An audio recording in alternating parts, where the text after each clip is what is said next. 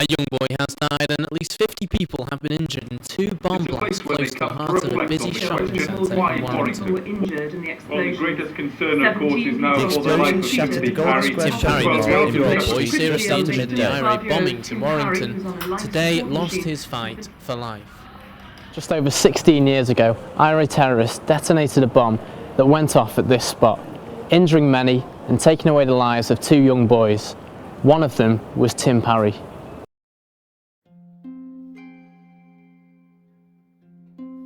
So he was busy. He was the kind of boy who didn't just sit in front of the TV and rot. An excellent young man, you know, splendid boy. Very capable, sporting abilities, well developed. Very mischievous, and he could be naughty when he was bored, so I think he kept himself busy really. The kind of lad you'd be pleased to call your own son, the kind of lad you know is going to be good in the school in many ways. He was described as an ordinary boy from an ordinary family. He went to an ordinary Cheshire school, and it was on an ordinary Saturday when Tim Parry went shopping in Warrington town centre. What followed that day was far from ordinary, as both 12-year-old Tim and 3-year-old Jonathan Ball would never return home. I was in a shop with a colleague on an estate in Warrington when we heard quite a garbled message really, it was saying that there'd been an explosion in Warrington town centre. When we got there, there were people all over the place, obviously confusion, there was damage to buildings, there were one or two people obviously very seriously injured. My son was in Warrington at the time, so my first telephone call was to check that he was safe and sound. We started carrying people away from the scene, not knowing whether there were still bombs, and taking them as far away as we could. We'd actually left finding Tim to the last because he was the first one out and he'd gone into town, and we just assumed that he'd be back. The reality was you could see that there was a small child dead, and he was in the, I think it was JJB Sports doorway. They kept saying they didn't have a 12-year-old boy. They got a 16. They assumed he was 16, and no 12-year-old boy.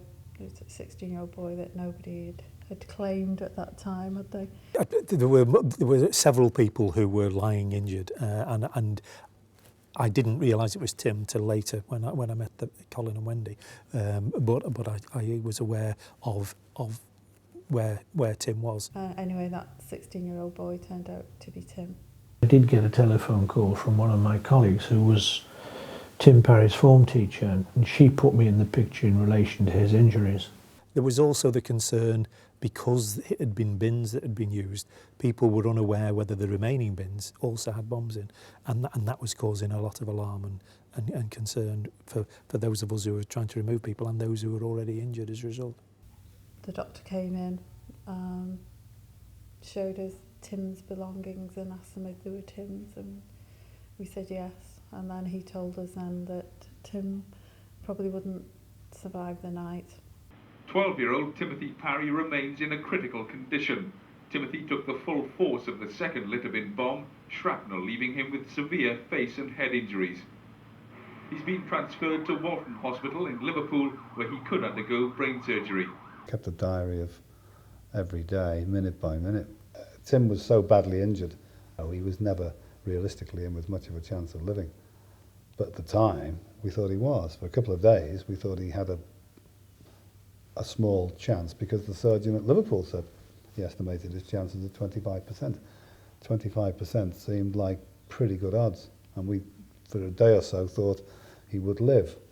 That opened up all sorts of other issues, like the quality of life he would have if he lived, and Wendy in particular was very frightened at how he would be and what kind of a life he would have. But nonetheless, when we thought he might live, that was hopeful, but of course those hopes were quickly dashed just before we were advised that the machine breathing for him should be switched off.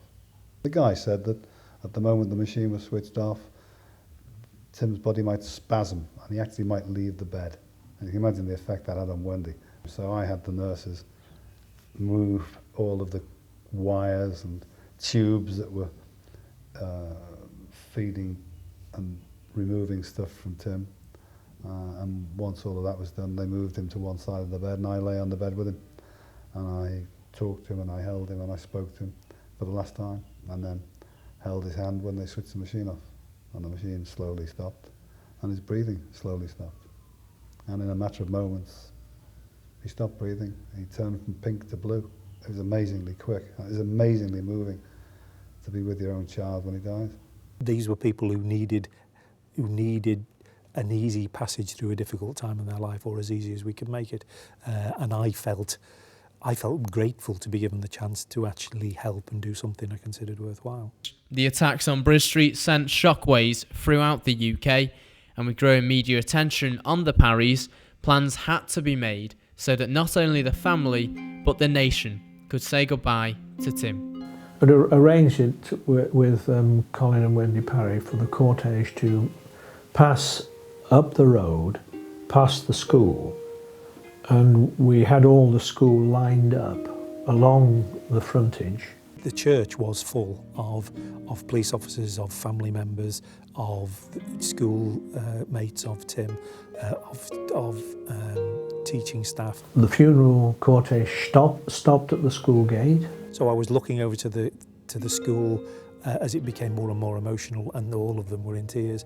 And I looked around, and my chief constable was sat on the other aisle, and he was in as much in tears as the school pupils. And I have never, despite having dealt with and been at a number of funerals, both as a mourner and as a police officer dealing with it, never felt the emotion that was present there. Despite the nature of Tim's death, the Parrys showed courage in the face of evil by campaigning for peace. And in 1995, they set up the Tim Parry and Jonathan Ball Foundation.